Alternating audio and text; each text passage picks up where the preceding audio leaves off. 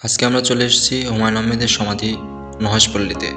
নহসপল্লীর অপর পাশটাই হুমায়ুন আহমেদের সমাধি।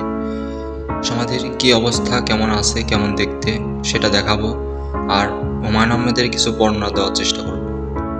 স্কিপ না করে ভিডিওটি শেষ পর্যন্ত দেখার অনুরোধ রইল, আর ভালো লাগলে শেয়ার করে দেবেন আপনার প্রিয়জনের সাথে।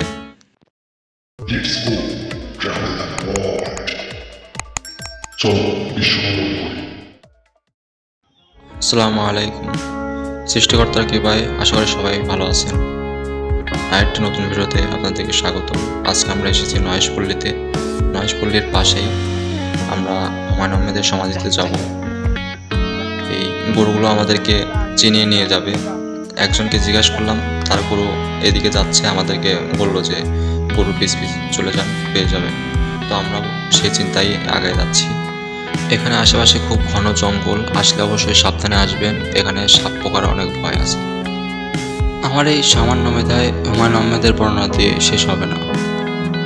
জননন্দিত কথাশিল্পী হুমায়ুন আহমেদ বাংলা সাহিত্যে ছিল তার অসামান্য অবদান, যিনি আজও বেঁচে আছেন লক্ষ লক্ষ পাঠকের হৃদয়ে।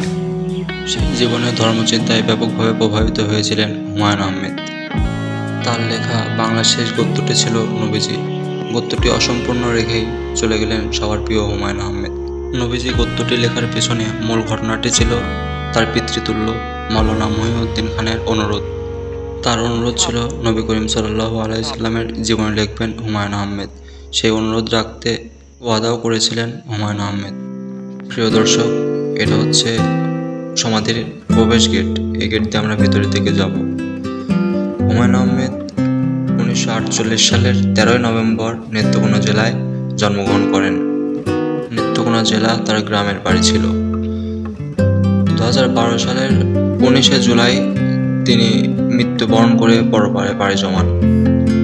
জানা যায় হুমায়ুন আহমেদ নবীজি কিছু গদ্য লেখার পর নবীজিকে স্বপ্নে দেখার ইচ্ছায় গদ্যটি লেখা বন্ধ করে দেন। আমেরিকাতে চিকিৎসাধীন অবস্থায় এক রাতে তিনি এই গদ্য লিখতে শুরু করেন। আইটি লেখা অবস্থাতেই তিনি মৃত্যুবরণ করেন। আইটি ছিল হুমায়ুন সাহিত্যের শেষ কাজ। এখানে আসতে হলে আপনাকে চলে আসতে হবে বাগের বাজার। এখান থেকে আসবেন হচ্ছে সাফারি পার্ক অথবা রাজেন্দ্রপুর হয়ে আসতে পারবেন। আসতে হবে আপনাকে নহসপল্লীতে। নহসপল্লীর টিকিট মূল্য 200 টাকা, আর সমাধি এন্ট্রি ফি ফ্রি। নহসপল্লী মূলত হুমায়ুন আহমেদের বাড়ি। এখানে রয়েছে তার সর্বরকম জীবনী ইতিহাস। হুমায়ুন আহমেদ ছিলেন একাধারে ঔপন্যাসিক, ছোট গল্পকার, চলচ্চিত্রকার, নাট্যকার ও গীতিকার। প্রিয় দর্শক, আমাদের লক্ষ্য বিষণ্ণতা, একাকিত্ব এবং গৃহবন্দী মানবতার কল্যাণের জন্য আমরা ভ্রমণ উৎসাহীমূলক ভিডিও তৈরি করি, যেন মানুষ ঘৃণা বিদ্বেষে পরিণত না হয়, বরঞ্চ তাদের দেশ বাংলাদেশ ঘুরে দেখার ইচ্ছা থাকে। ভিডিও তৈরির লক্ষ্যে আমরা দেশের প্রত্যেকটি কোণে কোণে ঘুরে বেরিয়েছি। উন্নত মানের প্রযুক্তির অভাবে আমরা সবার মতো ভিডিও তৈরি করতে পারি না।